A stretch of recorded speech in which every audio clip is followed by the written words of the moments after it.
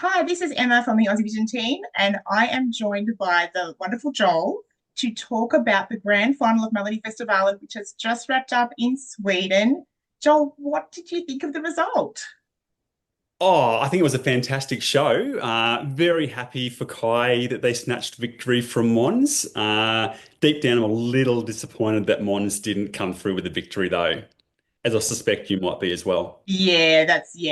As a fellow Mons lover, I am a little bit disappointed for him, but I actually really like Kai, and I think it's great that Sweden have chosen to send something a little bit out of the box for them.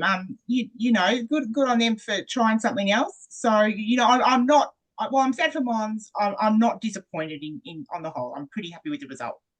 You're too right. This is a really fun entry. And in a year where Eurovision has a lot of these novelty type entries, this one still stands out as being a little bit different, a little bit unique. So I think it's still going to be a crowd pleaser.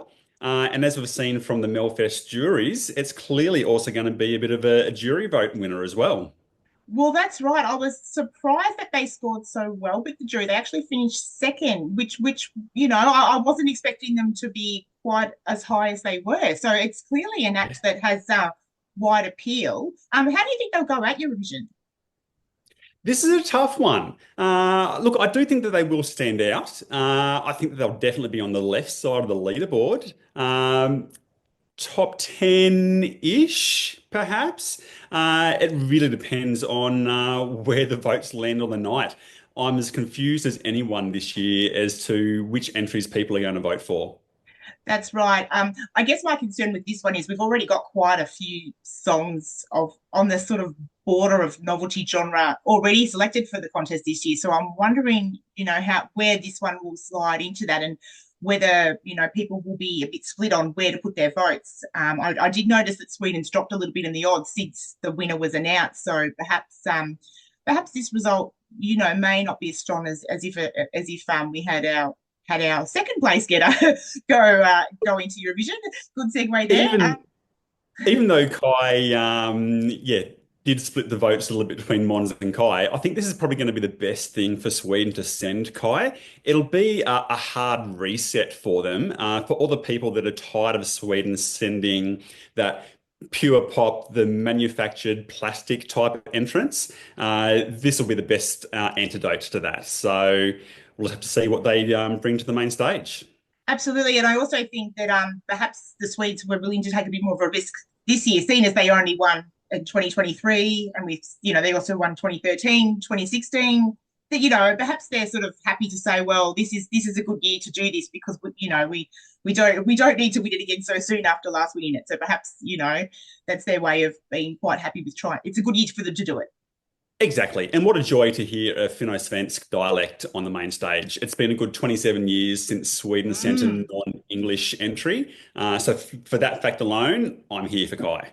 Yeah, absolutely, absolutely. Let's move on to our second place, which was the pre-contest favourite and Eurovision 2015 winner Måns and with Revolution.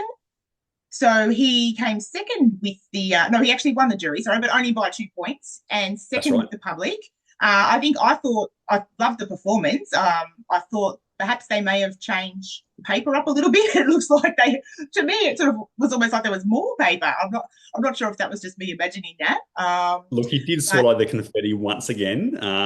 yes, There's got yes. to be a drinking game built around that, I reckon.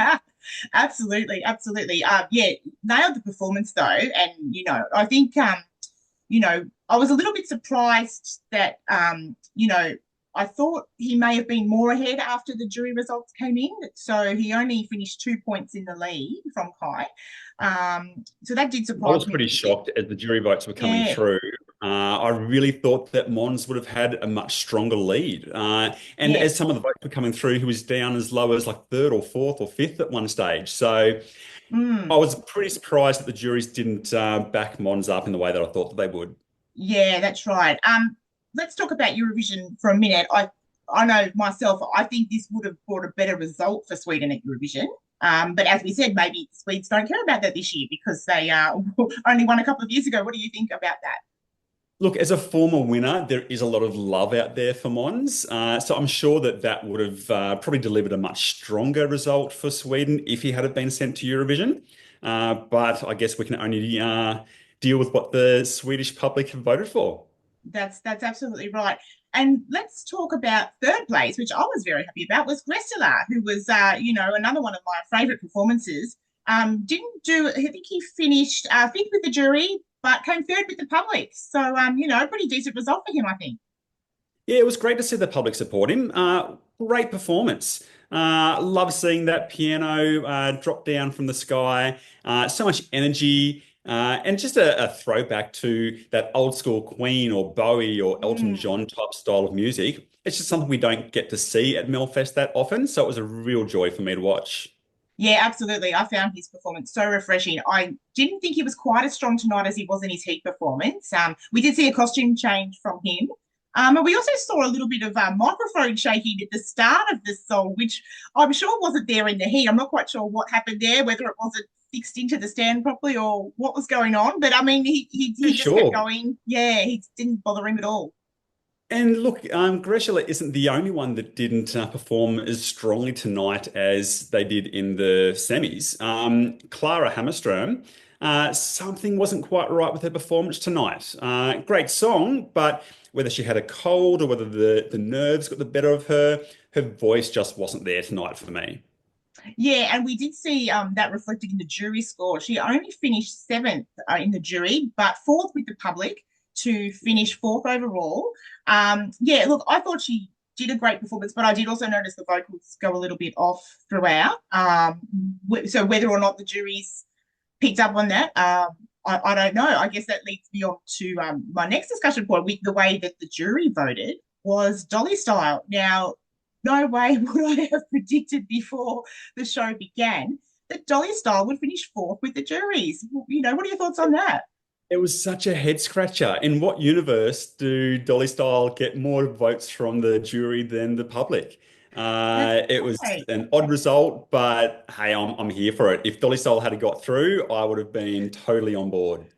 Yeah, look, it's interesting. They only finished seventh with the public, but yeah, for the juries to give that one fourth, that's a little bit of a head scratcher for me. But I guess everybody has different tastes, and we did see the international jury made up of some countries that we haven't seen for a while make up the international jury. Like, certainly for the last few years, Australia's been part of that, and they weren't part of it this year, so they did mix it up with the makeup of the jury. So perhaps that contributed to that.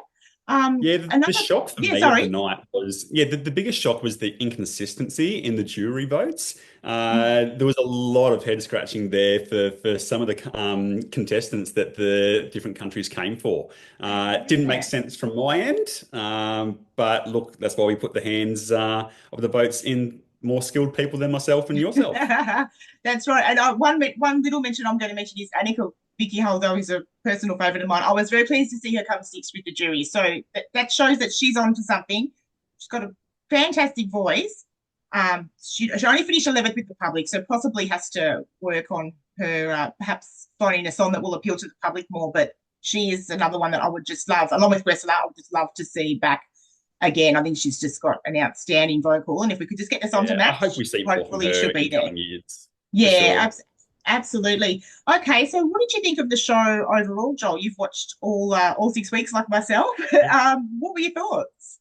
Oh, the reason I keep coming back to Melfest is it's just a heap of fun to watch. The skits that they do, the performances. I mean, the interval performance with getting gays to go to Switzerland, and the opening performance of I Love Europe. There's just so many highlights there. They put on a really good show. They do. I love with Sweden how they just get on with it, but it's still a very entertaining package. And the comedic talents of Edward Axelin are ever present in Melfest. With being a co-writer of the opening song, and it was so great to see Petra back again. Doing a song, which they just know the target market for Melfest and Eurovision, and they just played to that beautifully. I think so. It was And it not was only they really know the enjoyable. target. Yeah, they know the target market, but they also run a tight ship. To keep a show like this on time when hardly any other country in Europe can do so is a pretty impressive feat. Yeah, absolutely. I think it only went slightly over time, which is pretty good in the scheme of things for some of the national finals that we sit That's through. right. And just on the host before we wrap up, what did you think of the host? I thought they were excellent this year. I thought that as well. I really loved the little switch out play on names this evening with KO and KO from Melfest back in the day. Yeah. So that was a cute little switch out for me. Yeah, I thought they were both super talented. They just slotted into so many different skits. They could sing, they could dance. They had a great chemistry between them. They just seemed to, love what they were doing. It really come across. Some years in Melfest, the host can fall a little bit flat, but I thought this year these two were a perfect choice, and hope that they do tend to mix it up a bit in Sweden, but hopefully we'll see one or both of them return next year. Yeah, we'll see at least one or two of them in the next year or so, I reckon. Let's hope so. Well, there you have it. That wraps up our review of Sweden's Melodifestivalen for another year. If you've liked this video, please hit the like button and subscribe to our channel. We will see you again soon. Thanks for the chat, Joel. Thanks, Emma. Thanks, everyone. Thanks. Bye.